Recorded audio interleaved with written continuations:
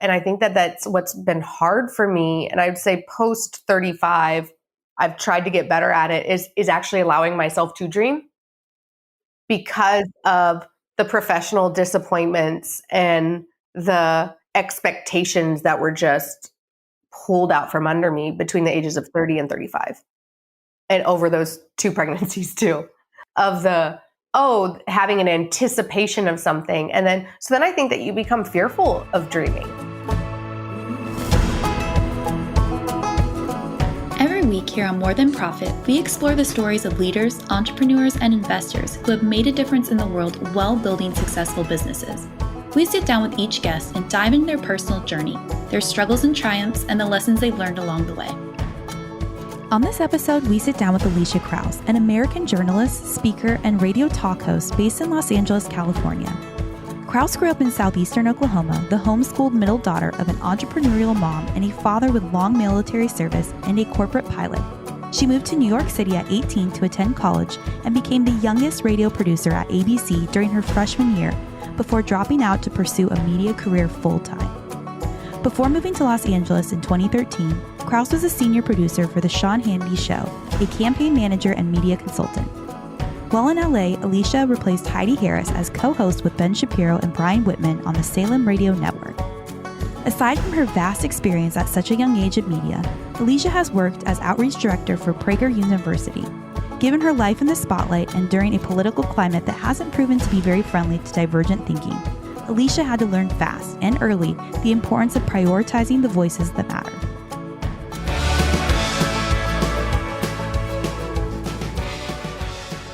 One of the things that I do when I start a new year's, I actually look back and kind of like, where has my life come from and what have I done and what have I accomplished? And our guest today also got me thinking about that because I was confronted with the fact that like, okay, when I was 18 and 19, I thought I was doing a lot of cool stuff. I went to college. I was on an ROTC scholarship. I did some cool things, but not like our guest. So Brian, what were you doing when you were 18? Well, nothing good. When I think of 18, 19, I was a poopy show, as I like to say. It was not good. And so our guest today. But you were a model though too, right? Oh, dude, I was a model. And yeah, for Benetton. And it was, I made $1,200 with Runway. And back in 1985, that was a lot of money. So yeah, I'd still be doing it today. They just don't want me anymore. So yeah, but that was one of the good things I did. There was a lot of bad things I was doing. So our guest today, Elisha Krauss, what were you doing at the age of 18, 19? So where were you? What were you doing? New York City. I went to go to the King's College, RIP, King's College. Yes. But shout out to Anthony Bradley, and was interning. So I was bored because I always worked in high school because I was a homeschool nerd and political geek. So when I got to college, having been homeschooled, I loved the classroom experience. I thought it was really cool. I'm obviously a talker. And so I really loved engaging with professors and fellow students and stuff at King's and felt like it was a good place to do that. But I was bored, only taking 5 classes. So I Googled internships, the early days of Google, 2004, and found an internship opportunity at WABC, which at the time was the #1 talk radio station in the nation. They had syndicated Rush Limbaugh, Sean Hannity, Mark Levin, names that might be familiar to some of your listeners, but OG right-leaning talk radio guys that helped make talk radio what it was. And I think paved the way for podcasting as well. And so I went to intern there, and over Christmas break of my freshman year, got a call from the producer at the Hannity radio show and said, hey, you want to come back and intern some more? Do you have more elective credits to use? We want you to run the internship program. And I was like, yeah, sweet. So I did that. And then 2 weeks before my spring finals, I got pulled into the boss's office and they said, okay, so we don't know what you're doing for the summer. We don't know if you want to go back to school in the fall, but if you want to work for us, we really like you and you just get it and you don't have to be told what to do. So why don't we hire you as an assistant producer and call screener? And call screening on a talk radio show is the worst job on the face of the planet. But I was like, yes, I will take it. And my parents were supportive of it. A couple of professors were really supportive of it, that they were like, well, the summer will be your trial run. And if you don't like it, you can go back to school full time in the fall. And if you like it, you can stick around. And I joke that I stuck around for 7 years because nobody ever kicked me out. Well, so did you finish your education then? Mm-mm. No, I did not. I love that. I went to the University of Phoenix online. I did some summer courses at King's, but I ended up just being like, why am I spending this money? Right. It was in that time of where I would have graduated in 2008 when all of my peers were. And then, of course, the recession. And unfortunately, they couldn't get jobs. In media, there were a lot of layoffs in 2008. I was safe because of the role that I had at the time as then senior producer of the Hannity Radio Show. But in hindsight, I'm glad I didn't spend money on college loans and debt that I didn't really need.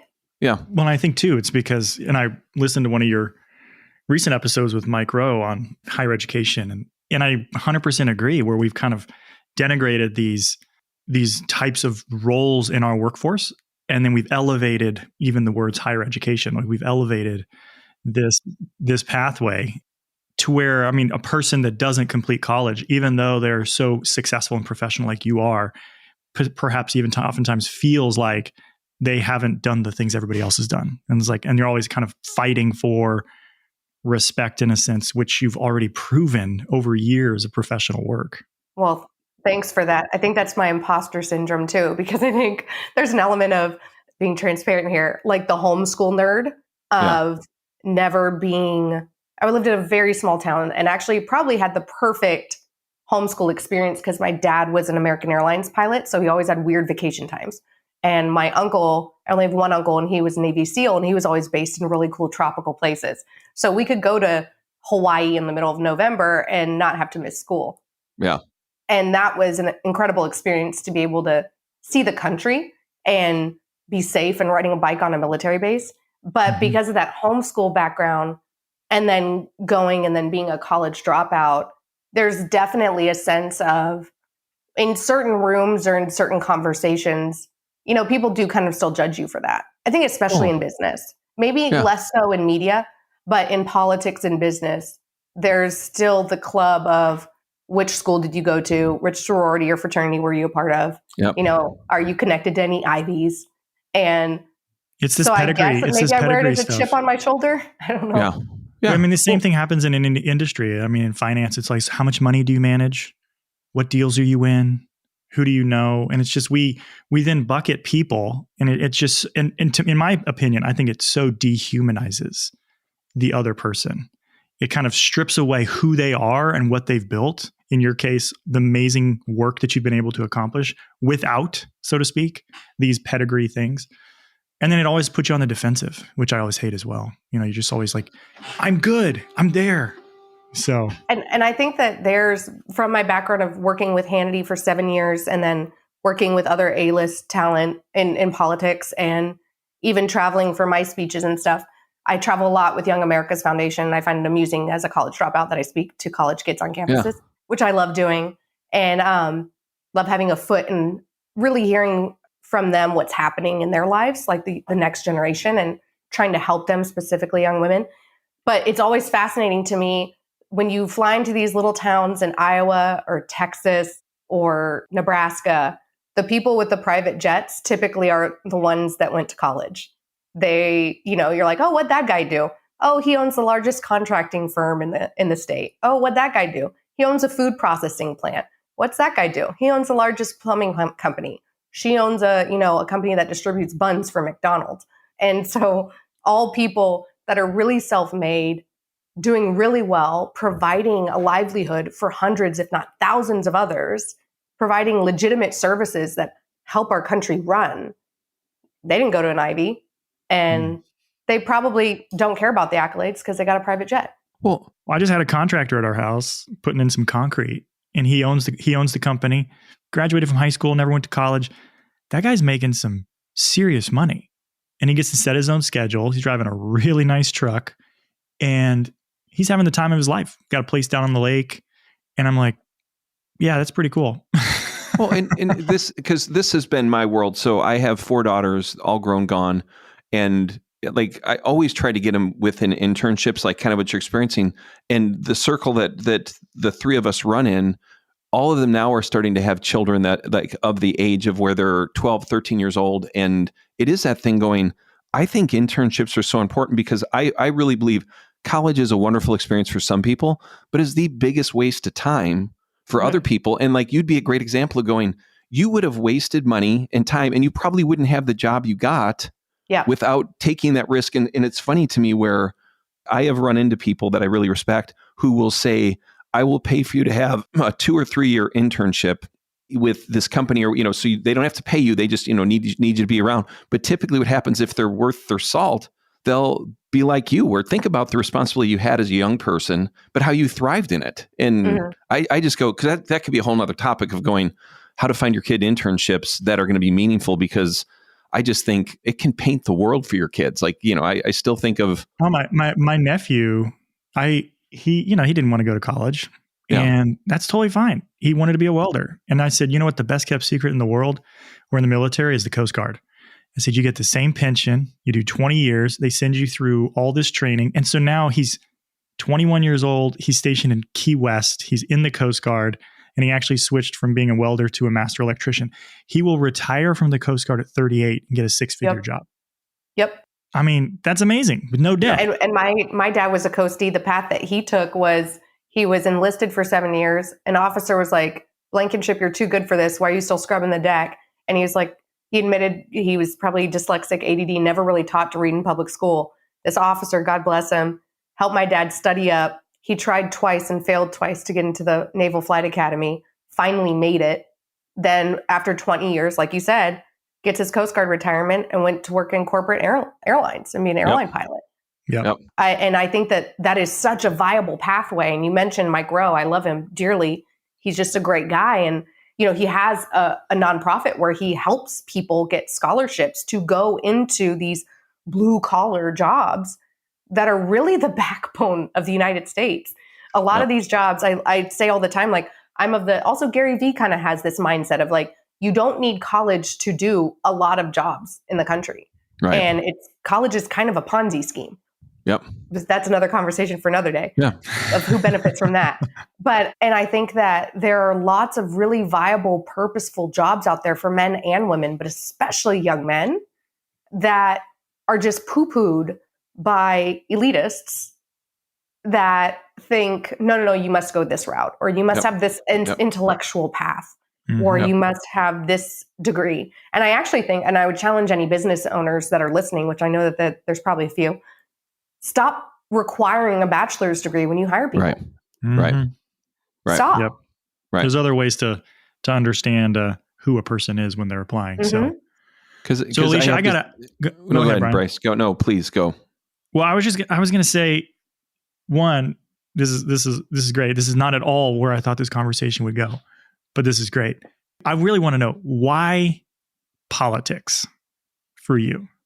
Especially, I mean, you came out, would have graduated in 2008, you said. So early 2000, mid 2000, it's crazy out there in the political, like, why in the world would someone like yourself choose to dive in? In hindsight, I'm like, maybe I shouldn't have, but now that I've dug my grave, I got to jump on in, or made my bed, I got to lie in it. It's whatever the phrase my grandpa used to say. And a lot of it was actually because of my late grandfather. My paternal grandfather was an appointed district judge, was an honorary Choctaw chief, where I'm from, and in Southeastern Oklahoma. And he was very involved in local politics and was very much of the mindset that politics is local. And, knew everybody and their brother in town, and everybody knew him as Judge Reed. And so I kind of observed that from a young age, and seeing how people like respected him and admired him, but how he was just down to earth and normal. And he came from nothing. And I still remember my generation, I think, and it was a huge shift, of course, in media as well, was the O.J. Simpson trial. And I remember he just always had CNN on, and Greta Van Susteren was on TV. And to her credit, did such an amazing job of taking pretty complex legal analysis and dumbing it down so my 8 or 9-year-old self could understand it. And I remember saying something about the O.J. Simpson trial, which I guess is kind of morbid that I was interested in that at 9 years old. And he was like, Elisha, you should never comment on something unless you've done your research and looked at all sides. And that like seed was just planted in me. And I think that I was always interested in news. I was always interested in politics, but also as a talker, as a thinker, as a very opinionated person, like he is living in the back of my head of like, look at all sides. Like, don't come to any conclusions until you look at all sides. And my mom ran for office twice when I was young. And so I saw that firsthand, and I never wanted to run for office, but I just got the bug of being like, this is a way. I feel like there's ministry, there's business, and there's politics, and all of them intertwine and all of them impact people's lives. And how are you going to impact people's lives? And the political pathway is kind of just the one that drew me in.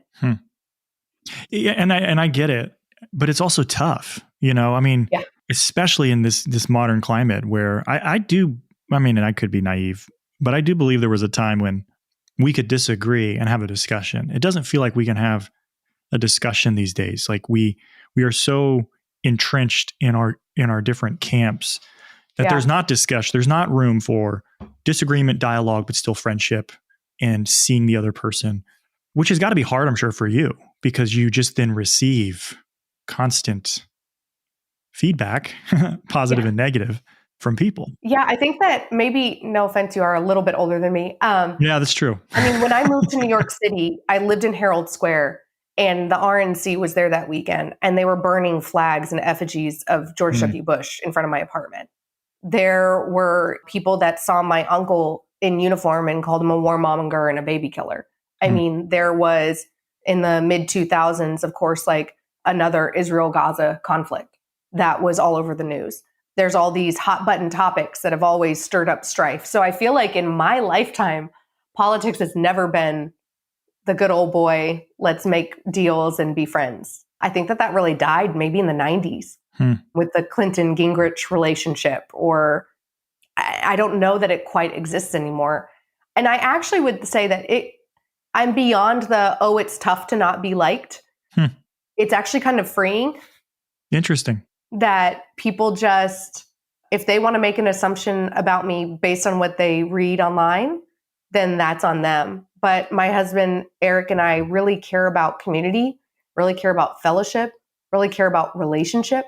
And I guess you could say like I'm an evangelist for this when I go give my speeches on campuses of being like, you are more than just your political beliefs. You are the whole beautiful person that God created that is unique and an individual and special and has something to offer the world. And if people aren't going to engage in that and get to know you for who you are, then it's their loss. But do try to engage. Don't just there's so much clickbait on all sides. Like there's so much of the social media algorithm and the shadow banning and the victim mentality on all sides that it's like, just be you and make it really hard for that person to not like you just because you're part of a certain group, because they see you in class and they see you be a lady or a gentleman, or they see you engage in empathy and kindness and giving, right? And so I think that I'm beyond oh no, nobody likes me. It's almost like a joke now of like, oh, if a mom from school follows me on Instagram, she's still going to say hi to me in the drop-off line.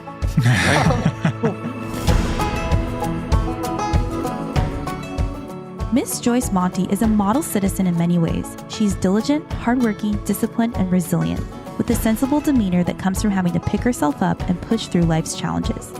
On a typical day, she attends a digital literacy class through her jobs program at Louisville Urban League. After a long day, she enjoys working on her Tunisian crochet projects, watching Disney cartoons she bought for a steal at the local Goodwill. Yet despite her warm spirit and can-do attitude, Joyce has experienced numerous setbacks, missed opportunities, and a lack of chances she deserves. As prudent and meticulous as Joyce was through all her medical issues and life events, she couldn't anticipate the complexities of the benefit system. When she received assistance, she entered a complicated and opaque system with various income limitations and qualifications. Those receiving benefits must make sure they have enough income to pay for their bills, but not so much income that they lose their benefits. The impeding disqualifications based on income for someone receiving benefits is called the benefit cliff. The National Conference of State Legislators defines a benefit cliff, or the cliff effect, as the sudden and often unexpected decrease in public benefits that occur with a small increase in earnings. For people like Joyce, the risk of being left suddenly and completely without housing, food, or medical care benefits can come with as little as a $5 or $10 difference in earnings. Leap Fund, a startup established in 2018, develops tools, education, and data for the public benefit, serving direct service, employment, and policy sectors nationwide. Their focus is on providing immediate solutions to address benefit cliffs, while also advocating for policy changes to eliminate these issues in the future. They have seen workers across the country turn down income that they have earned at their jobs out of the fear of hitting the benefits cliff. This tool also provides a sense of empowerment by providing the clarity needed to advocate with the employers for better pay or benefits that support a vulnerable workforce, desperately trying to bridge into better opportunities when the inevitable benefit cliff does appear. What once was a scary and unknown situation can now be navigated with confidence. If you or someone you know is facing a benefit cliff and don't know where to start, or if you are a community-based organization that desires to improve the tools with which you serve your clients, check out myleapfund.com today. And now back to the episode. But you have to say, I really do think, because I'm older than both of you, and I still laugh at the O.J. Simpson changed. Well, thank you, but changed how the media followed things. Like, yep. I watched that white Bronco for hours. I have a lot of friends who are very different, from me. And we're really good friends. I can love them for who they are. They can love me for who I am. And there's something that I feel like is lost now because it is so side-based. Like you're either team A, team B, and there's no in between. And I just go, that's not how humans are. Like humans can be in the middle. I have gone on the most fabulous trips with my family, and I love my children to death. And they have cried the whole time. They're in Europe crying because they want to be home with their friends. But if you look at their Instagram, they're having the time of their life. And I'm like, just show the real one where you're crying, saying, you suck, this sucks, and I hate being in this country. And I'm like, then your friends would be like, you're someone who I follow on Facebook, and I'll hear what you have to say on those things. Because I value in the sense of, I do feel like you try to walk in the middle, and I think you are researched in those things. But I really enjoy, because you also go on fashion. Like, you'll talk about fashion going, hey, this is what's fashionable. And I just go, I don't know, it's well-rounded. So I actually enjoy following your politics. Stories are my brain. Like it's what did my 4-year-old say that was funny or embarrassing? And what am I wearing to a speech? And then also, commentary on Roe v. Wade. It's all over the place. But to your point, humans are complex. We have more like a time for every season. That scripture just resonates with me the older I get. And sometimes there are all of these seasons that are occurring at once. And I think especially for women, that you can have like a desire for a professional career and to be a good wife and to be an engaged mom and to, like, as your parents get older, help them and care for them, and like a household, and then friendship, and then politics. And it's like all happening at once. And I think especially for women too, the emotional tug of that and how it affects us. And so Instagram is probably where I spend most of my time. It's where I have like my least amount of followers, but my most engaged amount of followers. And they're all women between the ages of 18 and 40. And that is just, there's a lot happening in women's lives in that timeline. I'm almost 38, and I can like relate to that, of the young girl at 18 going, oh my God, do I need to put my pronouns in my profile, or otherwise I'm not going to get an interview at this job in STEM that I really want, to a mom that is a small business owner and debating whether or not she's going to like send her kid to public, private, or a homeschool. And I can relate and understand all of that. And so I guess just try to be myself. And there are people that disagree with me that are my friends because they know who I am, and they know I'm not just my political beliefs. Well, and I do, like, because I've been a recipient of your hospitality, and you and Eric do a great job of hosting and really fun parties. If you're in LA, they're amazing. But I do look at it and go, I think what I do enjoy about you is you do want to see, you try to look at people as a whole. And so I do think you could sit down with someone who's politically or their ideology is completely different than yours, and you could really strike up a conversation or have a friendship because you try to see beyond that, which I appreciate. Bryce, what were you going to say? Because you're so wise and so much younger than me. It's true. That's not. He has Every a beard. once in a while, Mine Brian, you say something and it kind of just gets me. It stumps me a little bit. So that's why I love being on the show with you. Elisha, one of the things that I'm hearing, and I think the reason, this is just me hypothesizing here, I think one of the reasons you resonate with women specifically in that age range is because I think we have a longing, we crave as people authenticity, consistency, and faithfulness. And I think what happens in this soundbite culture is we lose all of that because there's no opportunity over a longer period of time to be authentic, to demonstrate faithfulness and consistency. And that's what I appreciate about the fact. I mean, you're right. My wife literally showed me the picture, I think, of something you wore to church or something like that on Instagram. And she's just like, look at this. I love it. And that's the real thing. You know, I used to personally, when I was doing social media, I would post intentionally bad things and mediocre things and simple things like taking my daughter to get coffee or something like that, just because it's not just about the work or who I project in my profession, quote unquote. So I appreciate that about you. I was curious. I wanted to come back to one thing you mentioned because I don't want to blow past it because I think you actually have tons of experience that could be helpful. You mentioned that you and your husband have kind of figured out a way to not let those things affect you when people, you know, say whatever about you. Or could you unpack that a little bit? Because I have to imagine some things still hurt when people say things.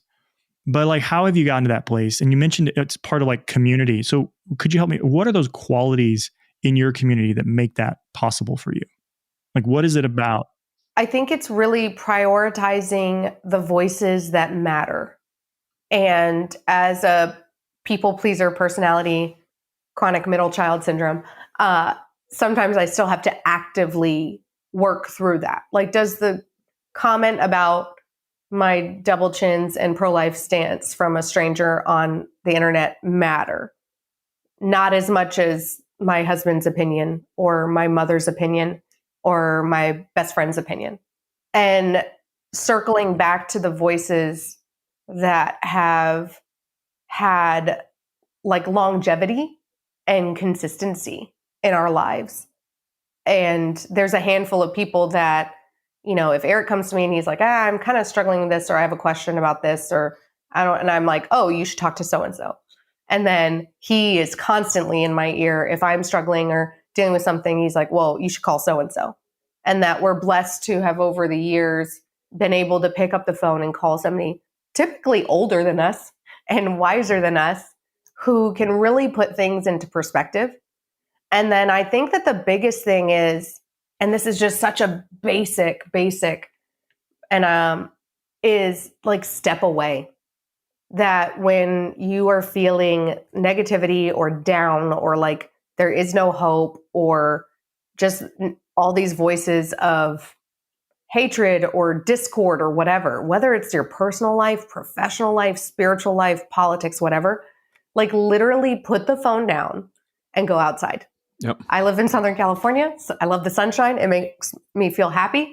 Love the ocean, makes me feel at peace. But find your like place of peace and literally like put down the electronics and step away from the drama and take a deep breath. Because I think that everyone is guilty. You know, there's obviously like the cold plunge sauna trend, which we love. Yes, you do. But it's fascinating that like we were recently with some mutual friends in Tucson and they were like, wait, what is this? Like they hadn't heard of it. Where I'm like in my algorithm or in my LA bubble, it's like all Erewhon and cold plunge all the time, right? Yep. But you can go to other parts of the country and it's, well, what's happening with farmers and the price of corn and fuel and how is this going to affect their economy and is everybody going to lose their job? And then you can go to the Beltway and it's, well, who's getting appointed for what and who's working for what lobbyist firm? So anywhere you are in the country, anywhere you are in your career, anywhere you are in your life, you can get so easily stuck in your bubble. Right. I think it's really helpful to check in with people that know you and love you, but aren't experiencing the same bubble that you are. Yeah, I think that's good advice. Yeah.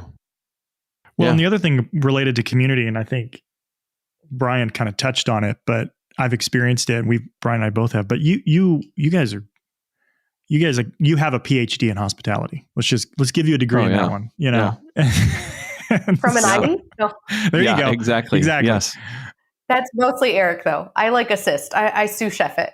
Yeah. Okay. Yeah, you say that, but there's an ease in which you have people in your home, because it's like you got a crazy house with children and, your career and everything that you're trying to work on. And then, and your husband's business. And I just go, you guys do it easily and with joy. And he may be the one that's actually making the tacos and the margaritas. I was going to say, or smoking something. That's right. Yes. But you actually, like, the idea of, I think what I was trying to articulate too is just presence and the value of presence in hospitality, and and what I'm hearing even in your talk about, like, community, just being fully present, making yourself available. That's what we actually desire as human beings. And I think you guys model that really well. Mm-hmm. So, which I would have to imagine too in LA is pretty hard, but I think that's actually why we potentially, to toot our own horn for a second, that's why we stand out to certain people, because LA is such a flaky culture. Yeah. And LA is such a transient city. We've been here for almost 11 years now, which is, an eternity, I feel like, in LA or New York time. Yeah. And I think that because we're the people that, like, always show up when we say we're going to, or don't cancel plans last minute, or have people into our home, which is also a rarity, I think, for people in our age demographic here. You're either, like, super successful and have multiple homes, or you, like, are still living in an apartment and a struggling actor. And that when we, like, welcome them into our home and treat them, like, as a member of the family, and, like, serve them and don't flake out on that, it really is impactful. Like, just showing up. Yeah, I agree. It goes a long way for a lot of people in this city, I think. I also want listeners to understand so you've had mountaintop experiences, and you've also had hard, like, I've watched you guys walk through hard stuff where careers have been crushed, or hopes and dreams have been crushed. And then even your dreams of going, okay, would love to do some short, like videos that it just, everything's hard. And so that's what because I just watch it and I go, you have all this talent, you have all this skill, you have all this ability, and yet you still, like the rest of us, you're struggling to go, okay, I don't know what I'm doing next, or I thought I was going to do this and I'm not going to do that. And so talk about that. Like, how do you, like, your disappointments? And then, because I really look at it and go, if I would have met you at 18 or 19 and you're running what you're running, I'm like, she's probably going to be president of the United States by now. So there has to be moments where you're like, oh, I thought there's going to be more, or, because it's even the interruption of kids where I go, you're plugging along and then you have a baby and then you're like, oh, okay. Well, then it sets you back. And, I know nobody likes to talk about it, but I go, it is a setback and it's a joy, but it's also hard. And it's actually really funny that my two middles both I was pregnant with both of them at major career shifts. Yeah. Yeah. One of which I was 15 weeks pregnant with our second when I got fired from my dream job. Yeah. Yeah. And it still stings because I'd literally been on this trajectory where I had never had to, like, interview for a job. I'd just always been, like, offered a job. And I was working for the guy that first hired me in radio, who I considered a friend and a mentor. And it was morning radio and I loved it. And it was like the perfect mom job because I was in a studio from 6 to 9 a.m., could be in, like, sweats and a ponytail, talking about all the stuff I love to talk about, culture, politics, everything, and be there to pick her up from school and go to play dates and still be present in the home. And I was kind of blindsided and fired at 15 weeks pregnant with my second. Yeah. And not just the financial, oh no, what are we going to do? But the emotional toll of that, and thinking, well, what's next? Yep. And then when I was pregnant with our third, being at a company where I wasn't doing what I wanted to be doing, I wasn't doing what I kind of, like, signed up or that had been discussed, and was in a role that I was really good at, but I didn't feel like it was fulfilling my purpose. Yep. I felt very dissatisfied, very stressed. I was like, it was taking a physical toll on me because I was so stressed. And I remember telling my husband, like, I feel like I need to quit because all you're hearing is drama from me, like, every single night. It's like I would come home and just, like, unload. And so when I got pregnant with our third, it was like, okay, I'm going to make a shift here. And I ended up setting up enough events and speeches over the next year to make up my income. And then COVID happened. Yeah. Oh gosh. Yeah. So, and I think especially being a Christian, you hear a lot of people who will so lovingly say, "Oh, it's just a season." Yeah. And I sometimes wanted to like punch those people in the face. And I'm like, how long is this season? Like, because, in the Old Testament, there's like 7-year seasons. Yeah. Yeah. And I don't know if I want to be in a 7-year season. Yeah. No, nobody wants to. Like, that's really tough. And it's kind of fascinating how I've discussed with other women in the industry. You're so right, Brian. I think especially in like entertainment politics, like when you have a baby, like it shifts things, and there's a lot of changes that occur, and there's a lot of, I guess, truths that are exposed about like who you're working for and what they're willing to do, and how really pro-family they are or not. Yeah. And it is such a challenge, I think, to take a pause and appreciate that new life and motherhood, while also in the back of your head having this, well, what's next and what do I need to be prepared for? Right. And I think it is something that I go, men can't relate to, because we have a pause, but it's not a physical pause, mental pause. It's a pause. Our wife, is going to have a baby. And then, but I go, for you, because you're career minded also, it's a huge pause. So we have probably close to 1 billion listeners, and, more than Rogan. Exactly. Well, again, I didn't want to say that. I'm glad you did, but yeah. So he's super jealous. I know that. But so what are you working on, or what do you want to be working on that you can be sharing with our listeners right now? I'm working on some stuff that I can't share right now, but I think what I want to consistently work on is I love to create shows and I love to create content. And what kind of shows and what kind of content? Like content that has, I think, a positive message that isn't like glaringly political. Yeah. And content that can be absorbed by working moms, stay-at-home moms easily, because we're so limited in our time. Yeah. Like I don't listen to so much stuff around my kids because I don't want to keep them innocent. Right. Right. And so, content that can be easily absorbed by a large audience. Women are more than 50% of the country. We're the majority voting bloc. We're the majority of small business owners. And even though most households in the country, the man is the one that makes the money, the woman is the one that makes the financial decisions. Right.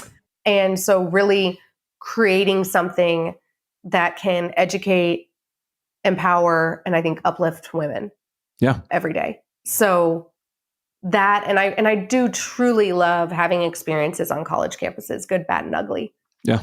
I feel like it's great to get out of my LA bubble, to talk to young people that want to be doctors and lawyers and engineers and electricians and teachers and animators and in STEM, like so many incredible young people, because it challenges me, it gives me hope. And if I can just do something to like help them and encourage them for their future, that's just really empowering, I think. Yep. So sorry for the vagueness of that answer. But. I knew you probably working on something you couldn't tell us, but I just thought maybe you'd slip and then we would hear it all, spill the beans, but that's fine. So, but it's encouraging because like there's a lot of things that you have to work on simultaneously in your industry that I've kind of come to realize. Like you're working on this project because it may never air. You're working on this project because it just may never come to fruition. And this one does. Or somebody else steals it. Or if somebody else steals it, the one that, you and I chatted about earlier, you had this thing all the way lined up and it was obviously a really good story. So, And, I mean, so how do you manage that? Was that hard to, I guess you probably at this point, it's just kind of commonplace. Was that hard to get used to though? This constant, one, because things I work on, I get passionate about, and it's like, I would get discouraged if it didn't happen. And so I would imagine that you get to a point where they're your baby. And then when it doesn't happen, do you just kind of, okay, on to the next one? Yeah. And for me, I think it's hard to be on to the next one. The only thing I could compare it to maybe is, when you're house hunting and you got to like a house enough that you can see, put in the down payment, going through all the horrible things of like where you feel like you're getting a medical exam because you have to give up all of your life's information to strangers. Maybe you write a letter and send in a picture of your family. Could I raise my kids there? How's the commute? How are the schools? So you gotta, be invested enough in it that you're willing to put the effort in and envision a future of what could be. Mm-hmm. But you don't want to be so invested in it that when it doesn't happen, you're just destroyed. Right. And I think that that's the closest analogy I could give to. That's a really good analogy. Yeah. To create a show or to create a concept of laying it all out, like building the one sheet, writing the script, doing the thing, and then having somebody else, already doing it, or have somebody else being able to pay for it, or have somebody shelve it and be like, not right now. It's not what we're looking for. And so that is the closest thing I could come up with it is hard to, that start, stop can be very difficult. But I mean, like Brian pointed out, like, I think that happens professionally for women a lot in our lives. And so maybe by the time I'm 40, I'll have adapted to it and been able to conquer it a little better than I can now. And here, Elisha, here's the problem. You never will, because you're human. You're always going to be hurt. You're always going to, because I just look at it and go, at 56, I probably shield myself from people so I don't get hurt. Mm-hmm. And so I think it makes you not dream as much. It makes you think that's some of what happens. But I just go, for you and the passion and how you wear everything on your sleeve, I just go, you're going to be doomed. We will be, I will be much older. I'll be 80 something and you will be 70 and you'll still be going, I could cry about this show that I'm trying to do and someone stole it. And I'll be like, oh, those people suck. And we'll just move on. So and I think actually, that's Brian, such when you're 80, point. she'll be in her 60s. I just want to clarify. Okay. Thank you for that. Yeah. And I think that's because it's something that Eric really encourages me to do. And I think that's what's been hard for me. And I would say post 35, I've tried to get better at it, is actually allowing myself to dream. Yeah. Because of the professional disappointments and the expectations that were just pulled out from under me between the ages of 30 and 35. Yep. Mm-hmm. And over those 2 pregnancies too. Yeah. Of having an anticipation of something. And then I think that you become fearful of dreaming. Yep. Oh, 100%. And I mean, 100%. This is the big difference between men and women too. Like statistically, women don't take like the risk to ask for the pay raise or to ask for the C-suite job or to run for political office because we're more risk averse. And we're thinking of not only how would it affect us to fail, but how would it affect our loved ones to fail. Yep. Where men, kind of more narcissistic, God bless us. Pushing through, right? Yep. That it doesn't affect them at an emotional level. Not to say that it doesn't. And I think that it's great that now we're focusing more on men's mental health because that's very important. Yep. But there is a major difference there. And so I would just encourage people and understand that I'm still working through the process of dreaming. Mm-hmm. Yep. Well, and I think it's not narcissism. I think men are just selfish. I think there's a level of going that we don't think of our family in the same way. I think most, not all, because I've met women who aren't, but I go, I think most women are very concerned about how is this going to make my husband feel, or my partner, or how is this going to make my children, or, all that stuff. And I just go, I think men are like, look, shiny things, and they go for it. And they're like, and I just don't think that we think of all the consequences, because I think, Laura could easily say that about me. And I know Bethany says it about Bryce behind his back all the time. So, yeah. No, I think that's good. So I think we need to wrap things up. All I want is just quick answers. Is Trump running for president? Yes, obviously. Okay. And do you think he'll win? Not state polls, which I do like to look at, but in national polls, like Biden and Trump are neck and neck, despite the unlikability on both of them. Yeah. Yeah. Which is it's so just true. Like, it's so crazy that it used to be like politics at the presidential level used to be like a celebrity popularity contest. Yeah. And now we could end up having either a reelected president who's super unpopular or once skipped over, also reelected president who's super unpopular leading the country, which is why I would just remind people that politics is local. And so don't just go in there. And this happens all the time because I'm the nerd that looks at the voting data. People go in and vote for president. They go in and vote for governor. And then they just maybe Senate, and every single bracket on down has fewer and fewer voters. Yep. And so every vote does matter, because what's affecting your kid's school, what's affecting the policies in your state, what's affecting the judges that are appointed are all in your area.